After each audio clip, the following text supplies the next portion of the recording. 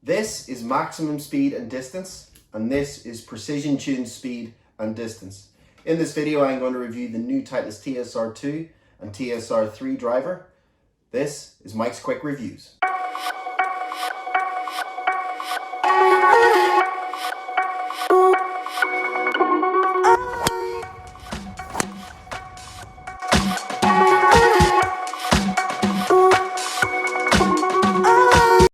We're at the start of a new year, which means there's going to be lots and lots of new drivers coming out for us to test and review.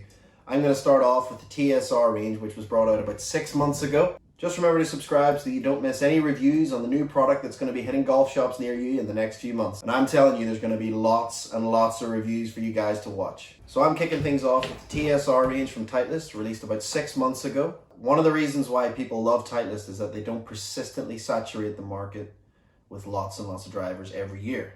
In the last 5 years, they've only released 3 different driver series. I'm going to hit them on the golf course to see how I think they feel, then test the TSR2 against the TSR3 to see how the data suggests they are performing, and then find out which model is best suited to me. When I first saw the images of this driver released on social media, I thought to myself, that has to be one of the cleanest, most beautiful looking drivers I've ever seen. Now finally I have my hands on it and we can see if it lives up to its beautiful looks.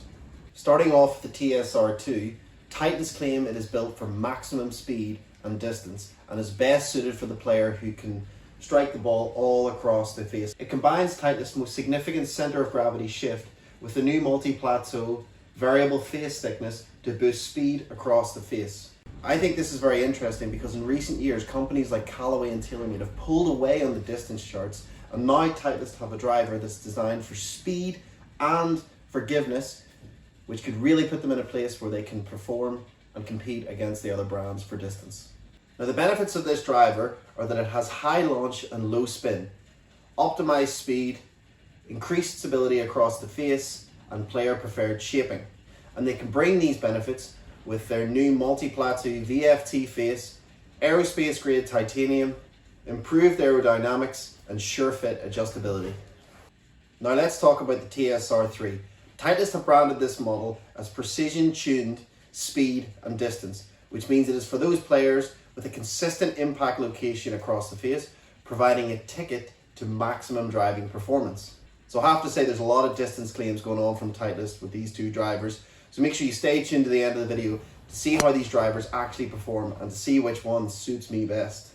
Now if you're like me, you're thinking, this is all well and good, we know what Titleist are promising us here, but we have to get out on the course and see how these bad boys actually perform and to see if we like them or not. So I started off with the TSR3 as I felt this would be the one that would suit me best. And the first shot I hit with this driver really surprised me. There was a strong wind off the left and I started the ball slightly right at my target, and I was thinking, oh no, I've lost the first ball I've hit with this driver.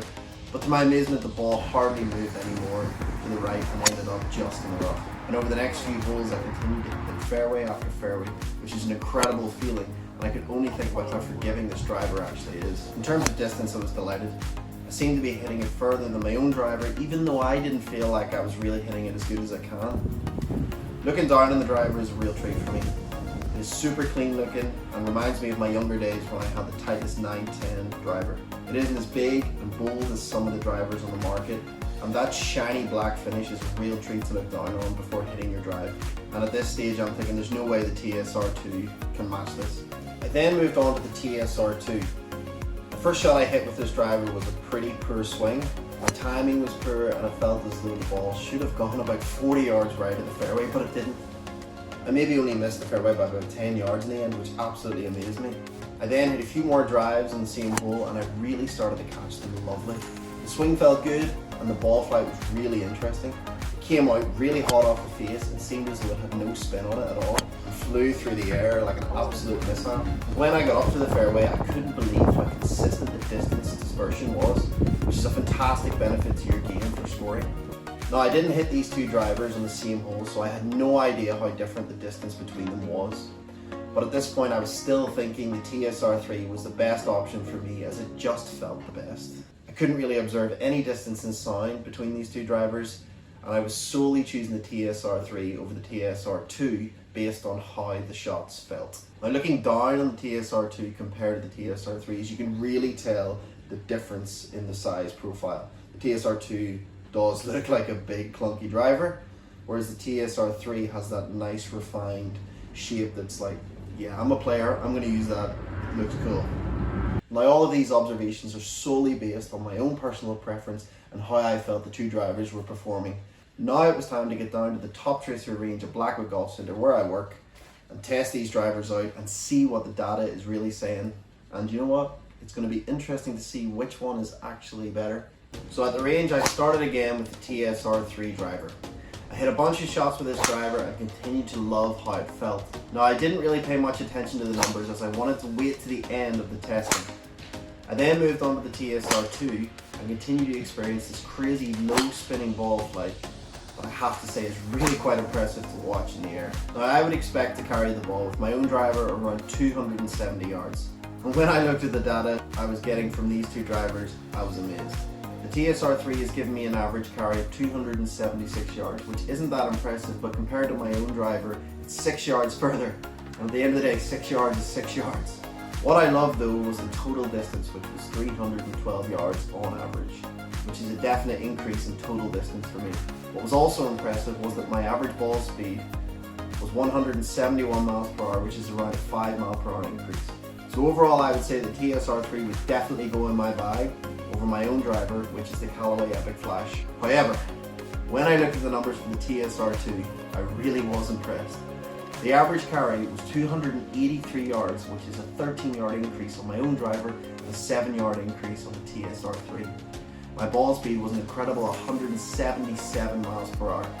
This is amazing for me, as my fastest ever ball speed is 173 miles per hour, swinging as hard as I can with my own driver. And the best part about this driver, the total distance on average is 321 yards. Now this I was not expecting. Now I do have a bit of a decision to make because the TSR2, although performing incredibly well for me, was only giving me an average consistency of 63% in terms of dispersion, whereas the TSR3 was giving me a 70% consistency. Now when I think about it, it's not really that much of a difference, and with a bit of practice I could get used to that TSR2 and benefit from extreme distance, which who doesn't want that? So overall I would say obviously the TSR2 performs best for me.